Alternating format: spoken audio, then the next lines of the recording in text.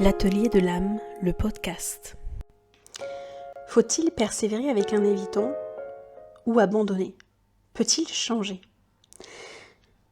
C'est vraiment une question importante si vous êtes avec un partenaire évitant, parce que vous pouvez vous demander, mais est-ce que c'est vain? Est-ce que c'est bon de faire les efforts et de tenter l'amour et l'expérience de l'amour avec un évitant, ou finalement mieux vaut laisser tomber, abandonner et trouver quelqu'un d'autre? Ou est-ce que finalement il y a un espoir ou non avec quelqu'un qui peut être évitant? Quelles sont les chances de changement? Est-ce que ça peut vraiment évoluer ou pas? Et sous quelles conditions? Et ça, je vais vraiment vous donner, parce que c'est à vous, bien sûr, avec votre partenaire évitant, de sentir pour vous, personnellement, si en effet c'est bon pour vous de persévérer ou non. Vous allez pouvoir le sentir, et c'est à vous d'évaluer. Mais moi, je vais vous donner un peu les clés, les choses qui permettent de sentir qu'en effet, il y a des conditions propices au changement ou non. Et quels sont les signes, en fait, qui permettent de voir que les choses peuvent aller dans le bon sens, ils peuvent vraiment évoluer bien, ils peuvent vraiment évoluer, et vous pouvez vous épanouir avec quelqu'un d'évitant, et c'est totalement possible, mais on va voir pour quelles raisons. Ou non. Donc, avant de bien sûr approfondir cette notion de changement chez la personne évitante, je vais vous donner une image très simple, très concrète, très basique. En même temps, c'est bien des fois aussi de revenir à des choses assez simples, basiques, des images, et pas être tout le temps que dans les grandes théories, les grands concepts. Ça permet de mieux comprendre parfois, de seulement visualiser des choses. En fait, on a ce qu'on appelle des animaux domestiques et des animaux sauvages.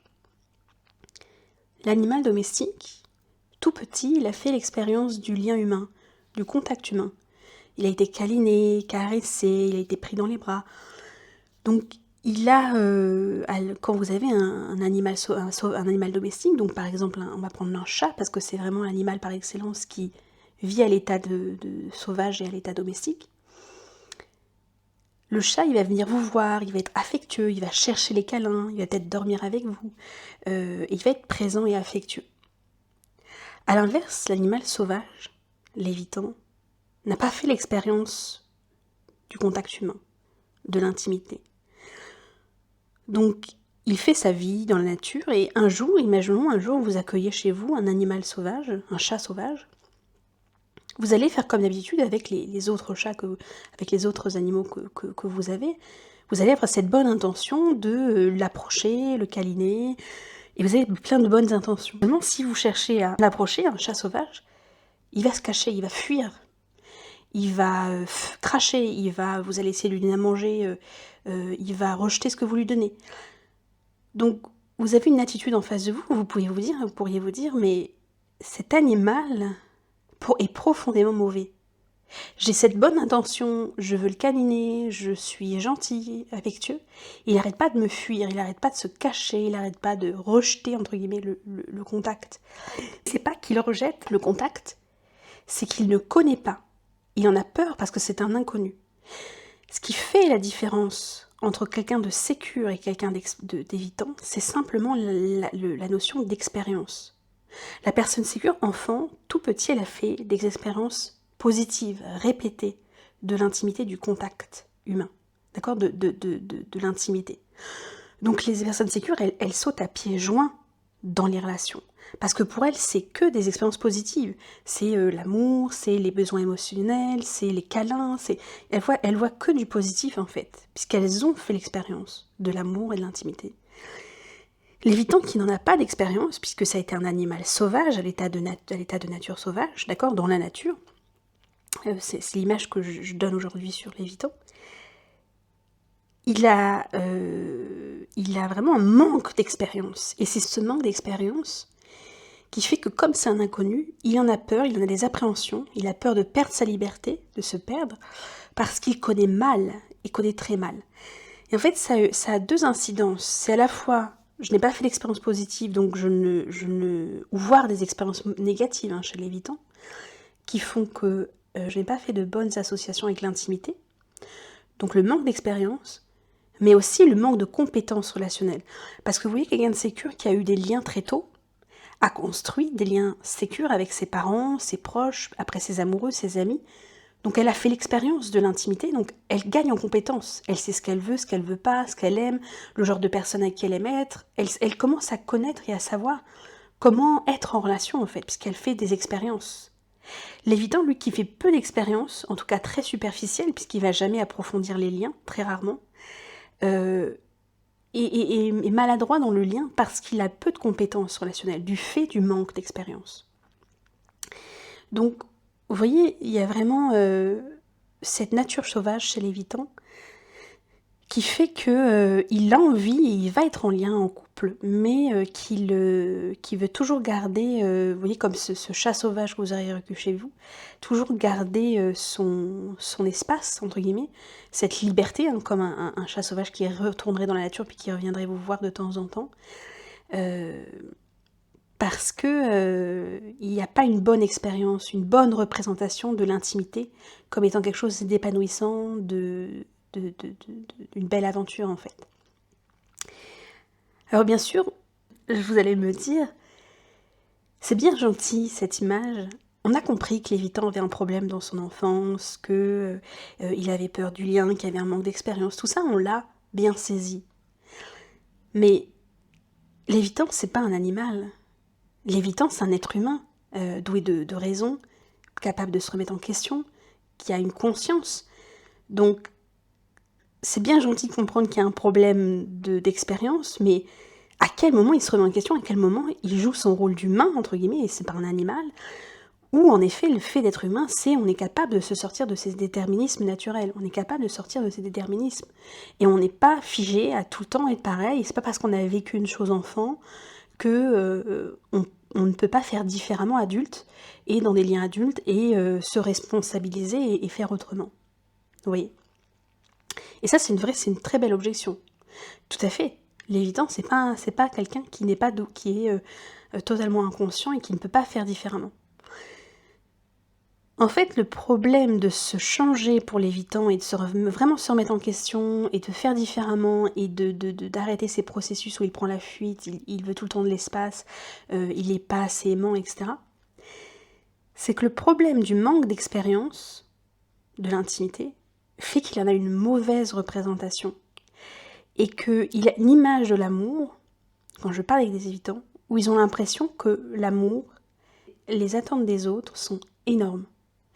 Ils pensent que l'autre a des attentes, mais vraiment énormes. Il a ce sentiment d'être inapte à faire les relations. Il y a une honte profonde de se dire, mais je me sens pas capable de répondre aux attentes des autres, que je me sens inapte à faire les relations, à être capable de rendre quelqu'un heureux. Et ils ont ce sentiment d'un puissant fond des attentes de l'autre, que l'autre il va attendre énormément d'eux, et que ça va être trop pour eux, puisque eux ne sont pas capables, vous voyez, il y a cette nature sauvage qui fait qu'ils ne sont pas capables d'être constamment en lien, d'être constamment dans la proximité, etc. Donc ces attentes, cette fausse représentation de l'amour comme la fusion, ils ont peur de la fusion, fait que ils vont mettre à distance pour se protéger, ils vont mettre à distance, ils vont tout faire pour essayer en effet d'être dans le lien, parce qu'ils ont des besoins affectifs, tout en étant jamais, entre guillemets, comme ils l'imaginent, emprisonnés dans ce lien et libre. Donc ça qui est compliqué pour l'évitant, c'est que il est soumis, il subit en fait un petit peu ses croyances. Et les croyances, c'est pas seulement il pense que, il imagine que, c'est vraiment profond. Les croyances, c'est ce qu'on croit être, c'est vraiment la réalité en fait, c'est notre réalité.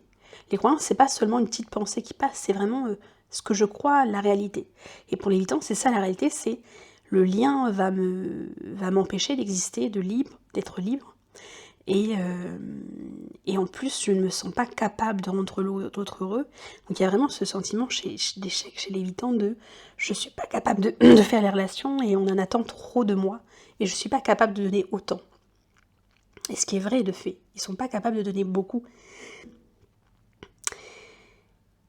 Donc dans cette question de changement, si l'évitant peut en effet mieux vivre l'improximité, être plus proche, plus aimant, vous donner davantage, ce qu'il faut comprendre, ce qu'il faut vraiment regarder pour pouvoir savoir si cet évitant est prêt à évoluer, donc vous voyez comme cet animal sauvage qui devient un animal domestique, c'est qu'en effet, ça demande du temps, c'est une seule chose qui ne se font pas du jour au lendemain,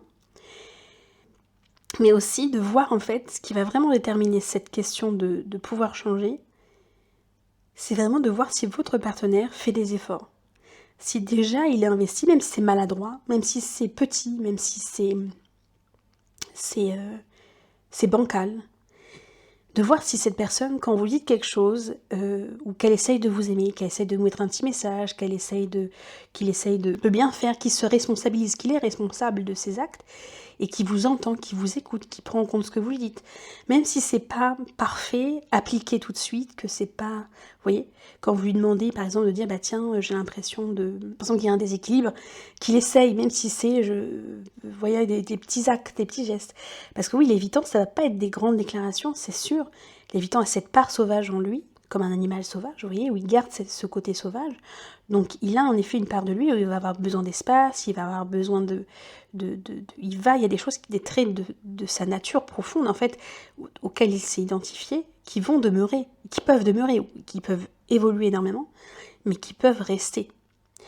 Donc si vous voyez déjà quelqu'un qui est prêt à faire des efforts, qui s'investit dans le lien, qui cherche à vous aimer, même si ce n'est pas comme vous l'attendez, ça déjà c'est un très bon signe que les choses peuvent vraiment évoluer dans le bon sens et sur un chemin et une expérience de l'amour.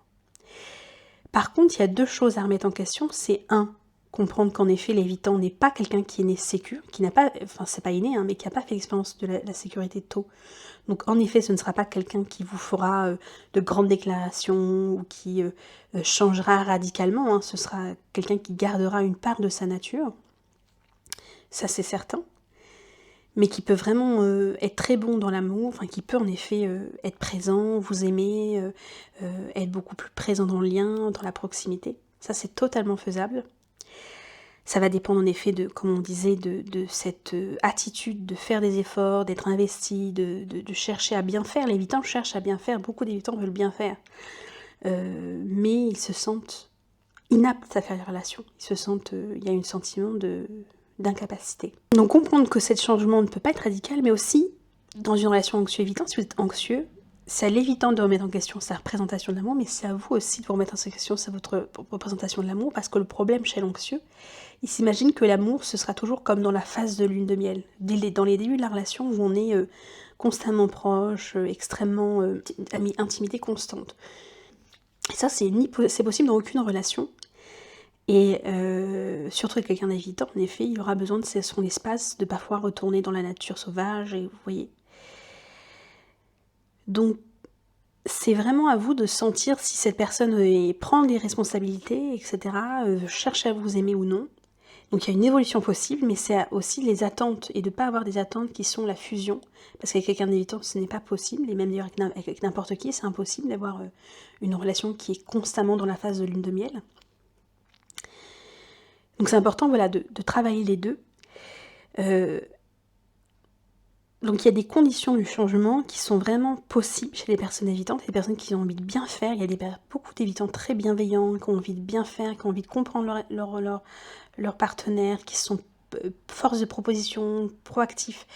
Et si vous voyez cette attitude-là, il y a vraiment des choses qui sont belles, de belles choses, des belles histoires d'amour, de belles aventures qui peuvent se faire avec quelqu'un d'évitant. C'est des personnes qui peuvent être très aimantes, très bienveillantes, qui ont vraiment un bon cœur, mais qui ont tellement de maladresse, tellement de maladresse en eux, dans leur façon d'aimer, en fait, puisqu'ils ne savent pas ce que c'est vraiment le lien.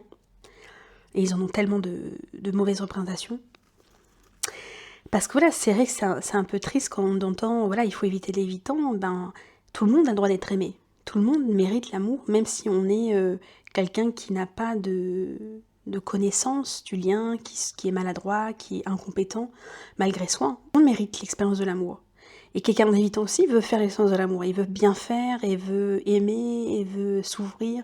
En tout cas, il y en a beaucoup que je croise qui ont vraiment cette intention bonne, très bonne intention de bien faire, mais qui se sentent, qui ont honte de ne pas savoir faire, en fait, qui ont honte de ne pas être à la hauteur, entre guillemets. Il y a beaucoup de pression. L'évitant, c'est vraiment un style d'attachement qui peut se mettre beaucoup de pression. Il se met beaucoup de pression déjà dans sa carrière, dans sa vie, où il doit réussir, où il doit performer. Et pareil, dans les relations, il a l'impression de de devoir réussir, de devoir être à la hauteur. Et ça lui fait très peur en fait. Voilà, donc n'hésitez pas en commentaire à me dire, voilà, ma question serait, est-ce que vous pensez, oui ou non, que votre partenaire évitant peut vraiment évoluer, peut progresser? Est-ce que c'est peut-être déjà le cas? Est-ce qu'il y a des évolutions, des avancées et de très belles histoires, d'amour? Voilà, j'écrirai, je prendrai le temps de vous lire. Et je pense que ça peut aider chacun d'avoir les expériences des autres.